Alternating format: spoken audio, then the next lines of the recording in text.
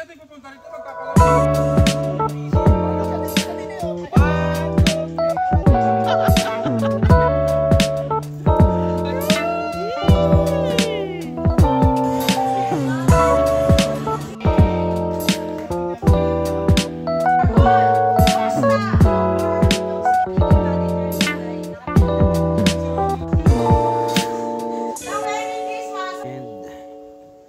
Good morning guys. Ayan, itutour ko kayo ngayon sa Nara Cabin dito sa Silang.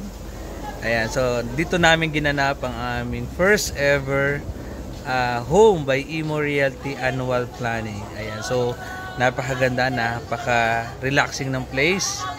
Then ano yung advantage natin pag tayo ay nag-book sa place na to? So sobrang exclusive po.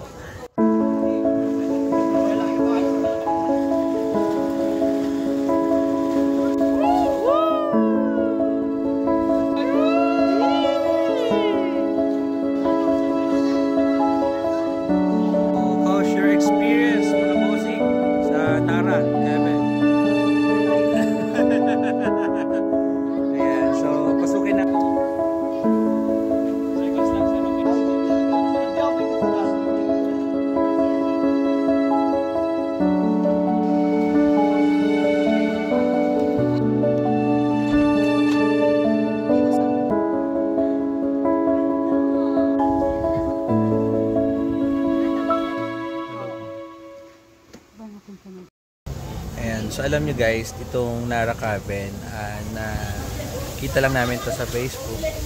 And nung ocular visit ako, talaga namang nagustuhan ko agad yung place kasi sabi ko perfect place ito para dun sa mga masisipag nating managers, masisipag nating sellers na talagang nagporsiging bumenta. So sobrang deserve nila ma-experience ng ganitong place. So tara ikutin natin yung kabuuan ng Nara Cabin. So how's your experience mga bossing sa Nara Cabin? Masaya.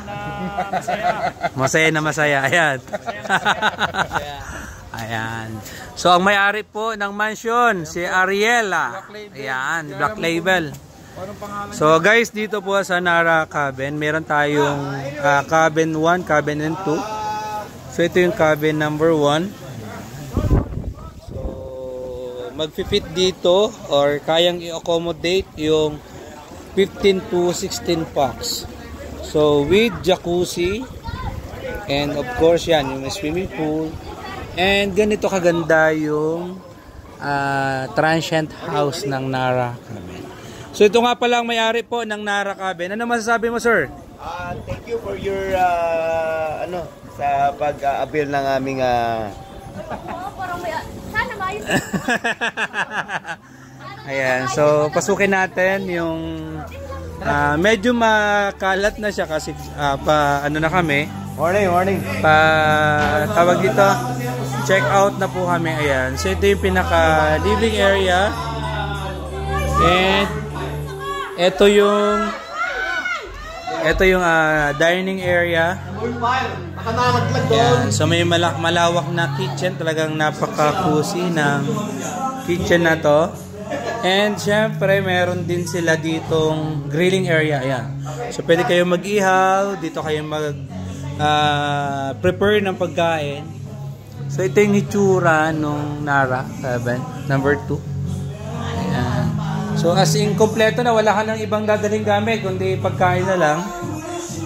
And dito sa kabilang meron ditong master's bedroom. Ayan. So may malawak to na CR dito. Ayan, may magandang CR po siya dito sa ground floor. Ayan, no? Medyo basa po kasi pa-check out na po kami.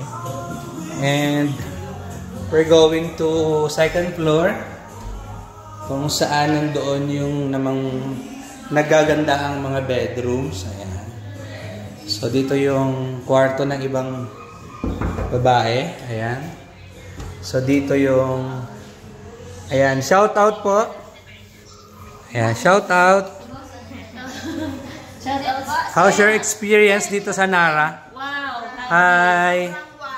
Sobrang lamig. And Dito naman, yung malawak na room. Ayan, si Abby. How's your... Super ganda. Okay, sobrang ganda daw. Ayan. So, dito, meron siyang lofted bedroom doon sa taas. And, andyan si Reyna ng Bulacan, Ma'am Nori. Hello. And, of course, may overlooking tayo dito sa veranda. Ayan, no? Ayan. So, sa kabilang side, nandyan po yung lettuce farm. Oh, nandyan po yung mga maraming lettuce po dito sa silang. And, syempre, ito, meron tayong hanging swing dito. Ito yung kabuuan ng Nara Cabin. Ayan. So, talagang dito lahat po matatagpuan yung mga vacation house dito sa Tagaytay. Pupunta naman tayo dun sa kanilang glass house, sa bonfire, and yung cabin number 1. Ayan. So, ang ganda ng bahay, no? Ayan. Akala namin nalampasan na kami. Bumalik. Ngayon naman ay papasukin natin ang may-ari ng bed. Ayan. Wow! Asinsado. Ang ganda ng pagkahiga. Bossing! Oy, Ready na po ang ating almusal. kamusta kayo? Kamusta yung pag-stay nyo rito? Okay ba? Okay naman, sir. Okay. So, actually, yung pinaka-special guest ko rito. So, maraming salamat sa patuloy na pagtangkilik sa aking Nara Cabin, no? Ito yung aking negosyo sa silang. So,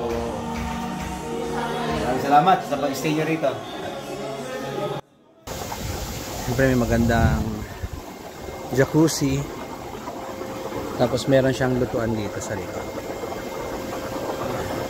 Taas meron pa silang malaking lamesa doon. Meron siya ditong rooftop na pwede talagang i-accommodate kayo ng family nyo, barkadas. Ayan, so may lamesa din dito. Okay. Ayan. Naman, puntahan naman natin ang Nara number 1. So ito po ay A-house. Meron po siyang swimming pool din dito. Ayan. Ito ang boys quarter ng home dito sa silang. So sobra naman napakaganda. Merong 75-inch na TV. Ayan. Tapos ito yung kanilang napakagandang dining area. Siyempre living room with magandang chandelier dito. And meron itong magandang attic na mag-accommodate ng 1, 2, 3, 4. Ayan, 4 packs. So, ganda siya kaganda, no? And, punta natin yung master's bedroom. Napakakit ng bahay na to, no? So, guys, pwede natin itong, i-gayahin. Ayan. So, dito may sariling bathroom. Tapos, ayan. So, dito natulog si Boss Forley. Ayan. Thank you. Ito, may exit door. May malawak na parking area. Glass house, kung may mga party yung grupo, pwede yan, no? And may malawak na playground. Kasama kayong mga kids, pwede mag picnic area dito.